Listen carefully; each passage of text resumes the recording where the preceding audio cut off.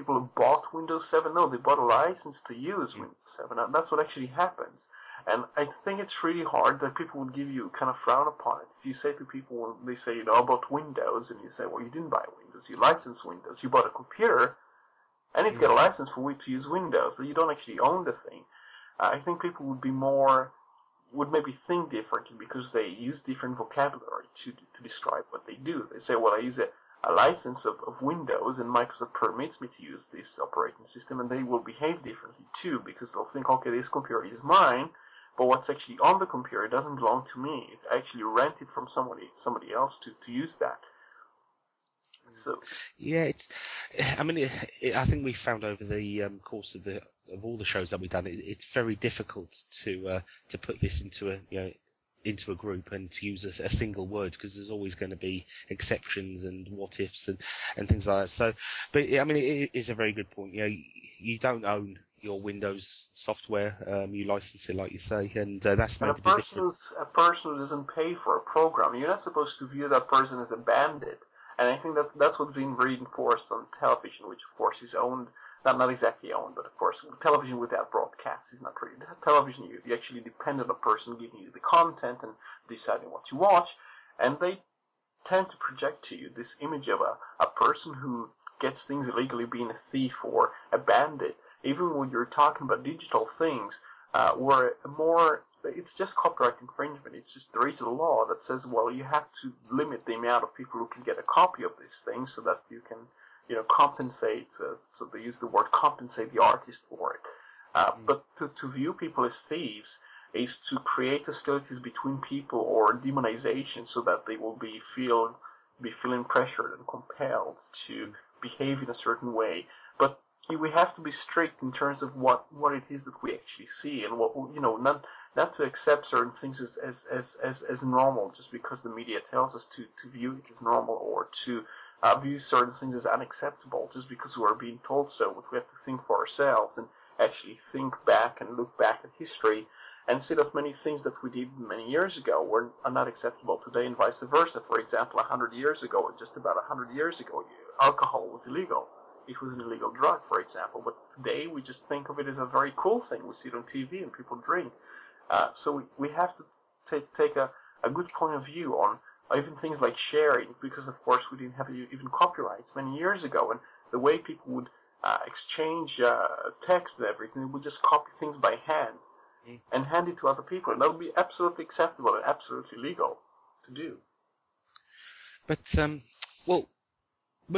very quickly, Roy, I've got a very quick plug for another piece of software which I'm currently looking at, and one of the problems I've noticed with free and open source software is about 90% of the names of these software titles I'm not sure if I'm pronouncing correctly or not. And what I'm mentioning now is SileFeed, and I hope that's pronounced correctly. There'll be a link in the show notes as to where you can have a look at these yourself. It's a lightweight email client. And I'm very impressed so far. I've been finding recently with Thunderbird, the start time, boot time has been getting slower. It's been... it's not just me then. It's slowed down. Even the same version, it just takes almost half a minute now. And it used to be 5 seconds going a few years back. Maybe even less than 5 seconds. I was blaming the amount of RSS feeds that I had, and I've got quite a lot going on in my Thunderbird, but I have been noticing every revision I've noticed it's slightly slower, and little things like where you'll click on your email, you'll see that the data's loaded, but it's still taking time to render it, and you can actually see when I've been looking on my my system monitor, the spike in the processor usage is massive while it's rendering the screen, and it's it's still an excellent software package. When I use Outlook at work, you sort of see the difference. And Thunderbird is way faster than the version of Outlook I use at work. So I'm very happy with it. But I have been noticing a decline in performance. And it's the same type of decline that I noticed with Firefox, which got me looking at Chromium. And that was without any of the plugins, because I don't believe in these Firefox plugins. I don't have any of them. So I've been looking around for a different email client, and SileFeed is the one I'm currently looking at. Like I say, the link will be in the show notes. It supports GNU PG, SSL, very, very fast. It's also touting high-level Japanese processing, which I'm trying to work out what exactly that is. So I'll be getting back on my website and typing a little a review on that once I find out what that is as well. But yes, it's very good, very small, and I recommend you should give it a try and have a look at it. So over to you, Roy, if you've got something else you want to mention on the list. Thunderbird. I don't think we've spoken about this before, but I think, speaking for myself, it's the case of the mail client becoming everything else, in the very same way that Netscape was turning out to be a browser that tries to be just about anything. You could find the same characteristics now in Firefox with things like FTP clients being thrown into it. But even Thunderbird can be used as a browser if you get an extension called Thunderbrowse. And it's just doing just about everything. Mail, RSS feeds, it can do news groups. You could obviously use even web forms, and it has the notion of remembering and using cookies and remembering passwords and things like that if you use Thunderbrowse.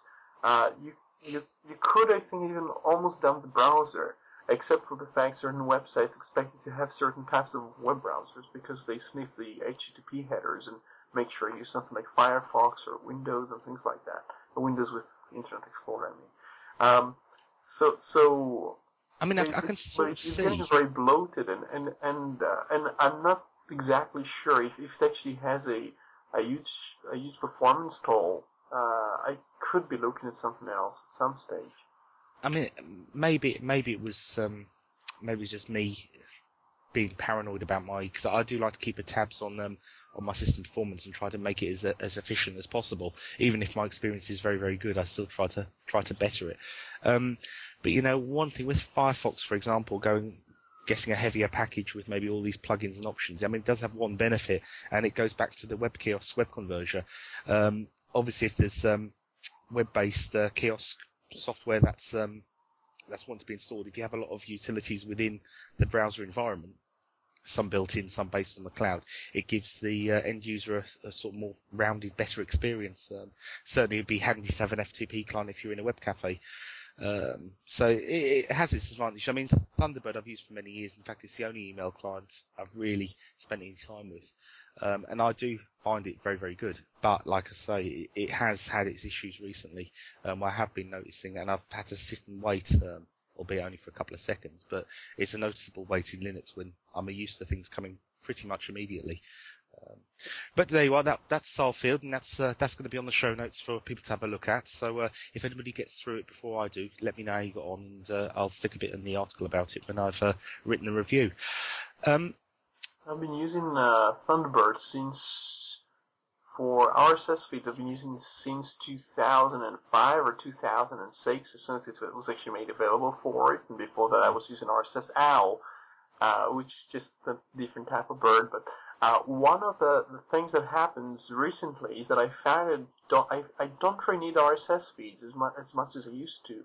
Or to put it differently, if I follow a certain number of people in Identica or in Twitter, places like that, once I get to the RSS feeds, I found all the major stories have already been seen, or I've already come across them. And that leads me to thinking, I'm not exactly sure I need to rely on RSS anymore. And more people have said that, and there are all these predictions and discussions about, these RSS feeds, the old kind of generation of what we have now in social networking, people exchanging links. And I think that we've seen that before quite a while when people were using things like StumbleUpon and social networks like Dig or even things like Facebook. And for me, RSS feeds come into their own more so on the mobile devices. On my HTC, I have an application just for RSS feeds. And for a small device like that, when you may be sitting on the train and just want the news and wants to see what every single site's offering in a couple of lines, it's absolutely invaluable. Possibly on desktop, I could probably get away with not using them, but I find them far more convenient for me to actually just start, because obviously if I'm part of a social network, Twitter or Identica, you've got all sorts of bits in between all the links, and you've got people's comments, you've got a couple of conversations, whereas RSS is quite, for me, quite punchy and to the point. I can glance down and just look at the titles and pick out the bits I want to concentrate on. But certainly on a mobile device, I couldn't live without the RSS feed. It is invaluable for me. Having a look to see what else we've got.